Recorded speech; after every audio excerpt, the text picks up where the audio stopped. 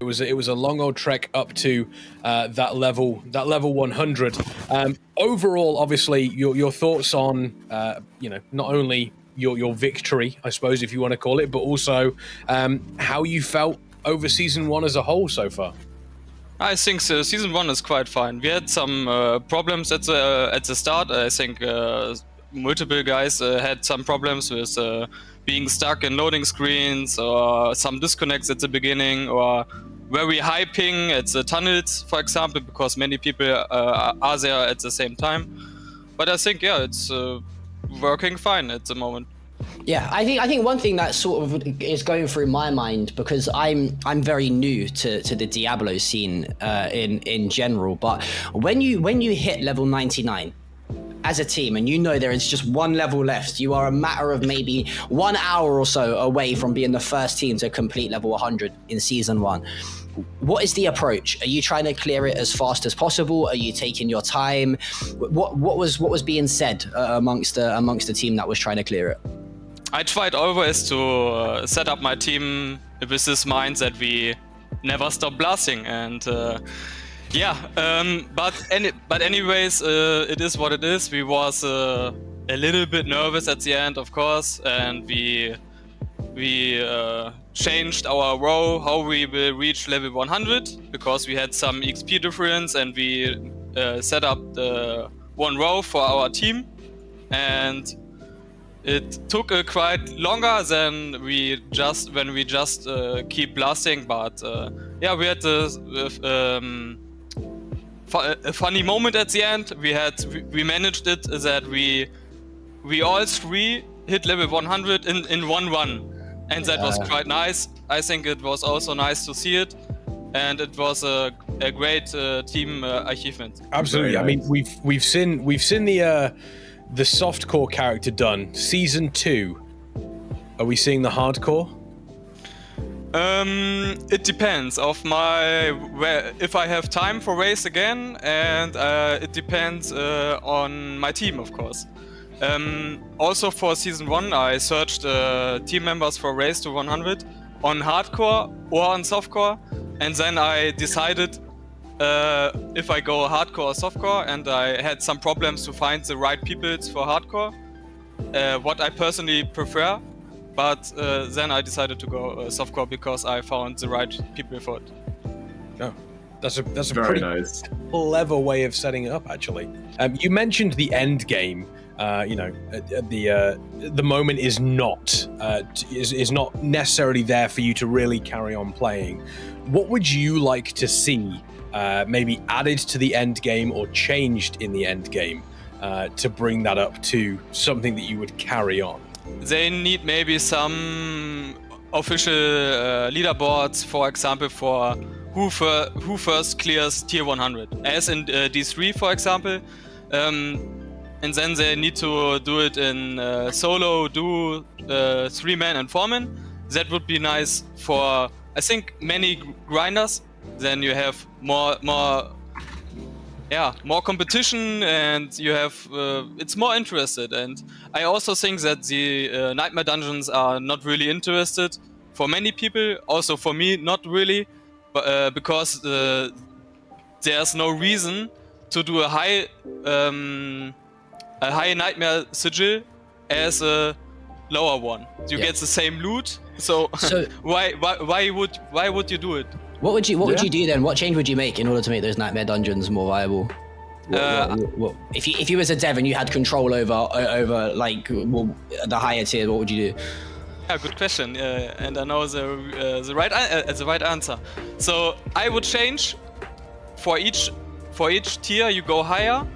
The lowest item power wall, what can be dropped, will be increased. So you have a shorter difference between 820 and I say 660, what are dropping now. Okay. So, for example, on the Nightmare tier 100, you have only the difference from 820 to 780. You have a higher chance to get better loot. It makes it worth it, yeah. Yeah, and at the moment it's not the case. the same loot drops from tier 100 and the same loot drops from tier 21. Yeah, I mean, we're seeing the fact that we have this, this discussion does mean that I think we will see some changes. They've already said they're going to add some new end game content into season 2, so we'll have to wait and see how that one works out. I mean, it is a. I think Diablo 4 coming in it seems to be in a pretty good level at the moment. It's got some stuff that it can work on. Obviously, everybody can, you can all work on stuff like that. A question coming in from chat, which is, are you happy with the amount of time that you got out of the season? Did the amount of time it took you to reach level 100 feel like a decent enough time without being too quick or too slow? To be honest, I like more grind. I'm able to stay awake and don't sleep and don't need breaks for like over 3 days. So and I thought you was gonna say 3 hours or something. Nah. But yeah, I think if the race is be shorter, then it's more skill based than a long race. But it's also skill based, but it's also a marathon. So, do you need sleep? Do you lose 6 hours sleep? Meanwhile, how often? 2 times maybe in 3 days? 3 times? 4? 5? So, yeah. I think the time is quite fine. At the moment we don't have endgame content, so when the duration to 100 is like only 10 hours, so GG, we are done in one day or what with the whole season. The season pass was also done in at the first day, so yeah, I don't know, guys. This is it was talking about time and how long it takes someone to grind. This kind of links into the same question. Someone in the chat has just asked, do you believe that the time it takes the level from 1 to 50 and 50 to 100 is too short? Is it too long? Would you like to see sort of XP increases for each level? Like, what's your... I guess you can give it to me from like a speed running pro player's point of view and a more casual point of view as well, if you were just trying to enjoy the game. I think for casuals, it's maybe the time is maybe too long if they only play like 2 hours a day, so they need a long time to reach max level. But I think casual players are also not really interested to reach level 100 fast, so that's why they are casual. But yeah, for me it's 30 hours around. I think it's a good time. Okay. Cool. And one other quick question I got, staying on the terms of other players and casuals, what would the biggest piece of advice, if you was to sit down with someone, if you was to sit down with me, for example, who has never really grinded through Diablo in my life, what would your pieces of advice be to sort of get better at the game, to get better quite quickly? Because if I wanted to say maybe in like 6 months' time, take part in season 3 or season 2 of the Race to Worlds First, what's the 3 big pieces of advice you would give to a new player that's trying to really take the next steps to become a Diablo god? So the first tip is never stop blasting. Rule number 2 is your damage is your best defense. And yeah, I don't know. I think you should you get better the more you play. So take your time. You will increase your skill by playing the game. And I also can recommend to play hardcore, because you think more about the game with your brain, because you don't want to die, and you take advantage of what worlds are on my gear, which one is good. Maybe you die 1 or 2 times and then you check it. Okay, why I died? Okay, I had to maybe I only stacked damage reduction versus close, and I doesn't have damage reduction versus distant, for example. Okay, next time I will manage it. I will get both. I will manage it. That's all. I think hardcore helps really good. Nice. So we will see you do hardcore season 2. Yeah, maybe. Maybe.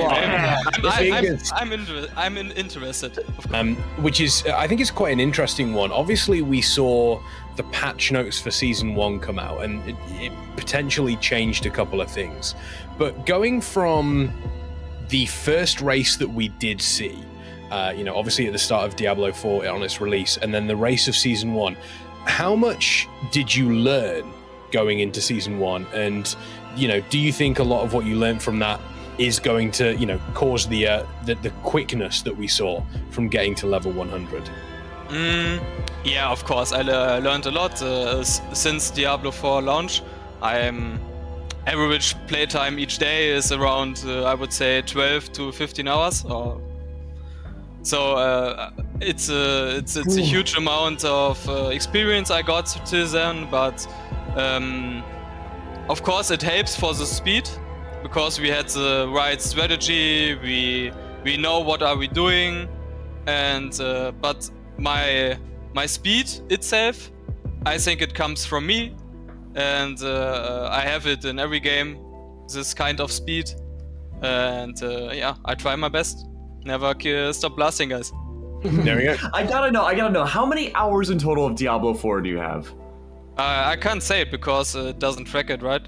Oh no. I think you give a guesstimate. Yeah. 42, I think, and I would say around 800 hours. Just in game.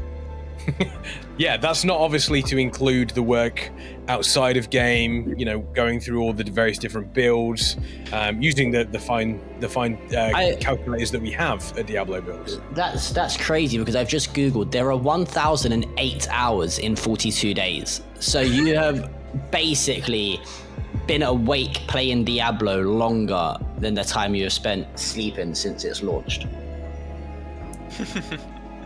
I mean, build different. Yeah, I mean, you do say you've just got a blast. That doesn't just mean in game. You've got a blast in real life as well. That's right. Yeah, And that's, exactly. Well, thank you so much for taking the time talking to us here, MrLeguan. It has been an absolute pleasure. For the folks that do want to watch you take on Uber Lilith, where can they find you on Twitch? You can find me on Twitch on MrLeguan.